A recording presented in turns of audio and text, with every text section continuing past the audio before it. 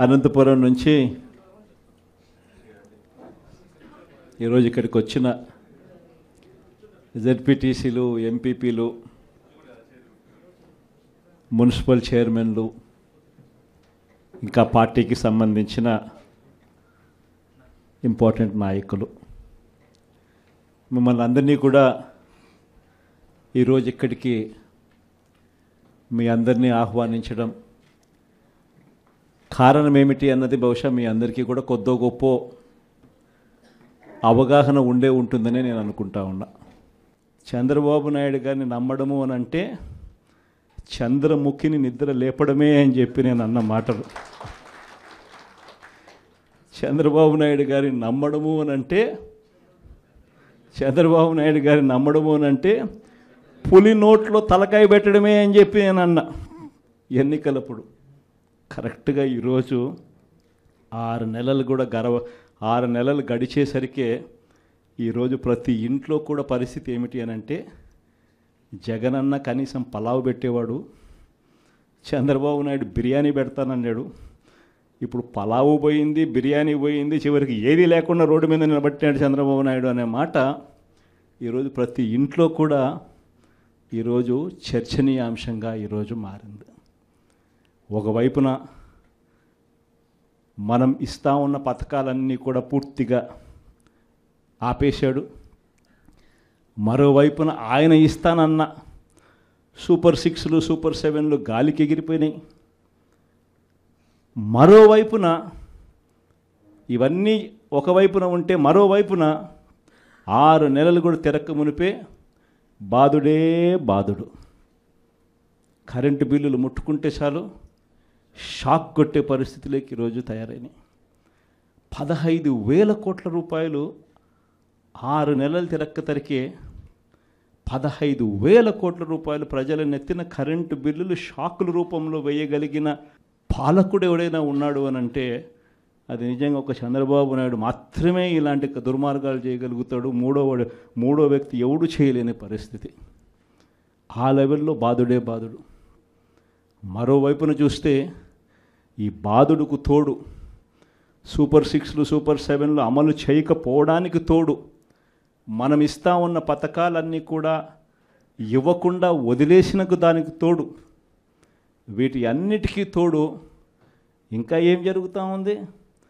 చంద్రబాబు నాయుడిని ఎవరైనా ప్రశ్నిస్తే చాలు ఆ ప్రశ్నించే స్వరాన్ని అనగదొక్కుతూ రెడ్ బుక్ రాజ్యాంగం ఈరోజు ఎక్కడ పడితే అక్కడ గ్రామ స్థాయి నుంచి కనిపిస్తూ ఉంది.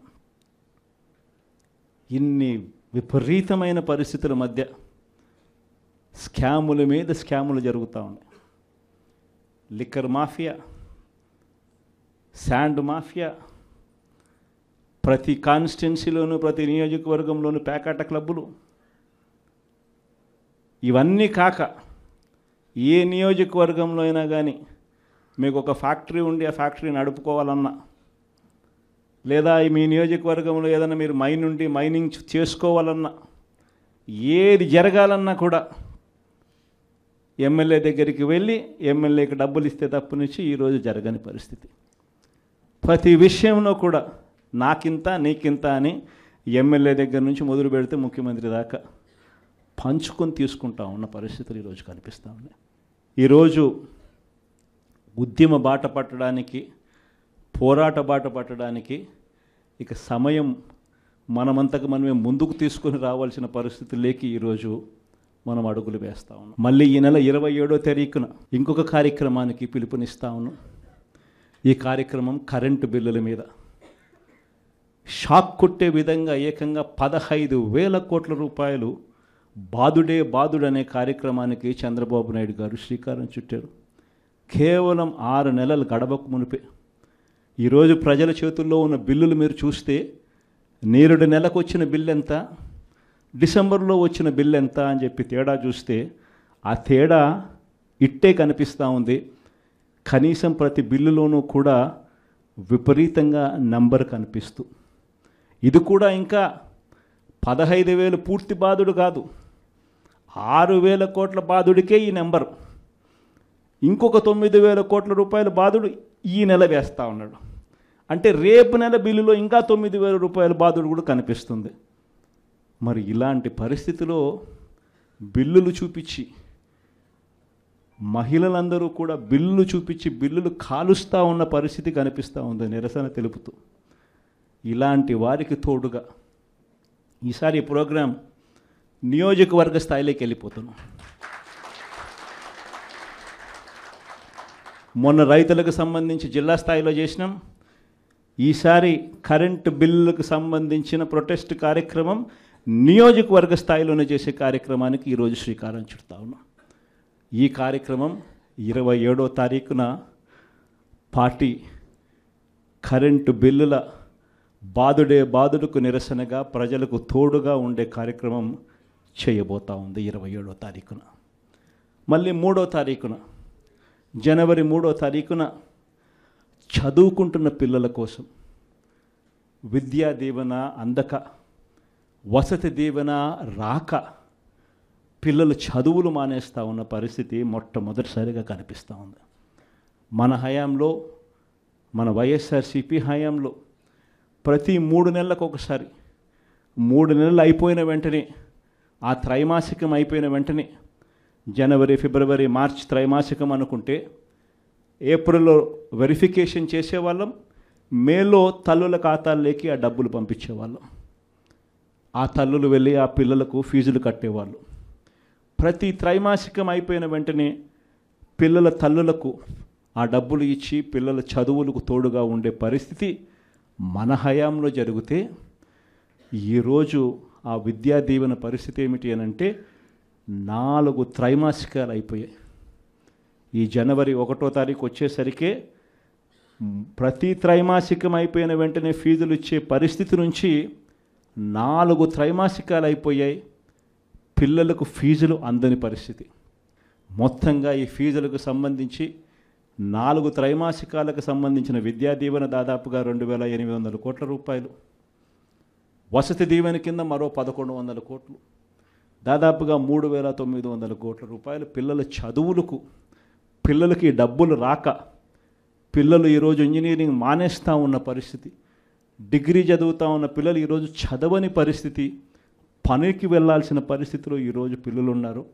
కాలేజీ యాజమాన్యాలు బిల్లులు కట్టమని చెప్పి పిల్లలను గట్టిగా అడుగుతూ ఉన్నాయి. డబ్బులు కట్టలేని పరిస్థితిలో పిల్లలు చదువులు మానేస్తూ ఉన్న పరిస్థితులు. వీళ్లకు తోడుగా ఈ పిల్లలకు అండగా జనవరి 3వ తారీఖున మళ్ళీ ఈ ప్రోగ్రాం జిల్లా సెంట్రిక్గా చేద్దాం. జిల్లా సెంట్రిక్గా మళ్ళీ ఈ ప్రోగ్రాం జనవరి 3వ తారీఖున పిల్లల కోసం, పిల్లలకు తోడుగా ఉండేట్టుగా చేసే కార్యక్రమం ఈ కార్యక్రమం. ఇలా ప్రతి అడుగులోనూ కూడా ప్రజలకు అవసరం ఉంది, ప్రజలు ఇబ్బందుల్లో ఉన్నారు, ప్రజల తరపున మనం గొంతు విప్పాల్సిన పరిస్థితిలో ప్రతిపక్షంగా మనం ఉన్నాం అన్నది ప్రతి ఒక్కరం కూడా గుర్తుపెట్టుకోవాలి. ఎవ్వరూ కూడా ఎక్కడా కూడా భయపడద్దండి. ఏమున్నా కానీ ఢీకొందాం. మీ అందరికీ పార్టీ తోడుగా ఉంటుంది. మీ జగనన్న మీకు అందరికీ అండగా ఉంటాడన్నమాట చెప్తాను. మన సాగునీటి సంఘం ఎన్నికలు జరిగాయి. అది ఎందుకు ఎన్నికలు జరుపుతారో నాకే తెలియదుందా. ఎన్నికలు జరిగేసరికి ఒక ప్రజాస్వామ్యబద్ధంగా నువ్వు ఎన్నికలు జరిగేట్టుగా అయితే జరపండి ఎన్నికలు. అంతే తప్ప నుంచి నువ్వు నీ రైతులకు, నీ వాళ్లకు మాత్రమే ఎన్ఓసీలు ఇస్తారు, ఆర్ నో డ్యూ సర్టిఫికెట్లు ఇస్తారు. నీకు వ్యతిరేకంగా ఉన్న రైతులు, మామూలు రైతులు, సామాన్య రైతులకు నో డ్యూ సర్టిఫికెట్లు ఇవ్వకూడదు అని చెప్పి నువ్వు డిసైడ్ చేసుకున్నప్పుడు ఎందుకు ఎన్నికలు జరుపుతారు?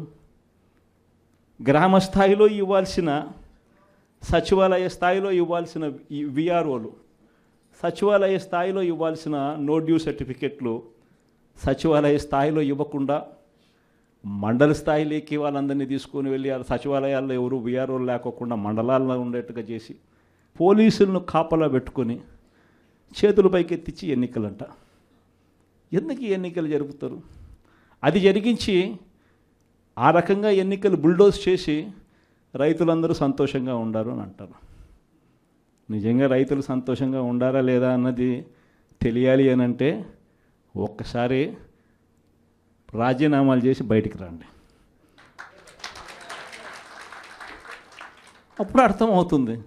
రైతులు సంతోషంగా ఉన్నారా, రైతులు సంతోషంగా లేరా, పెట్టుబడి సహాయం 20,000 ఏమైందని చెప్పి రైతులు అడుగుతూ ఉండేది అర్థమవుతుంది. ఉచిత పంటల బీమా ఏమైందని రైతులు అడుగుతూ ఉండేది అర్థమవుతుంది. ఆర్బీకేలు ఎందుకు సరిగ్గా పనిచేయడం లేదని చెప్పి రైతులు అడుగుతూ ఉన్నది అర్థమవుతుంది. ఇవన్నీ అర్థం కావాలి అని అంటే ప్రజాస్వామ్యబద్ధంగా ఎన్నికలు జరిగితే అర్థమవుతుంది. ఈ మధ్యకాలంలో ఇంకోటి కూడా అన్నారు, విజన్ 2047 అంట. అయ్యా 7 నెలల కిందట ఊదరగొట్టి నువ్వు నీ ఎల్లో మీడియా, మీ ఈనాడు, మీ ఆంధ్రజ్యోతి, మీ TV5 మీరంతా ఊదరగొట్టి మేనిఫెస్టో ఇచ్చినారు. ఆ మేనిఫెస్టోలో ఏం చెప్పినారు? 15,000 నుంచి మొదలు పెడితే 48,000 దాకా చెప్పుకుంటూ పోయినారు. వాటికి దిక్కు లేదు. 7 నెలల కిందట మేనిఫెస్టో అని చెప్పి చెప్పిన దానికి దిక్కు లేదు. ఇంకా 2047 అంట. 2047 అంటే ఈయన వయసు ఎంత? ఈయన వయసు ఇప్పుడే 80 దగ్గర. ఇంకా 2047 ఎవడు ఉంటాడు, ఎవడు పోతాడు? 2047 అని చెప్పి ఒక విజన్ అంట, ఒక డాక్యుమెంట్ అంట. నిజంగా నాకు ఆశ్చర్యం అనిపిస్తుంది. అసలు విజన్ అంటే ఏమిటి? విజన్ అంటే ఏమిటి?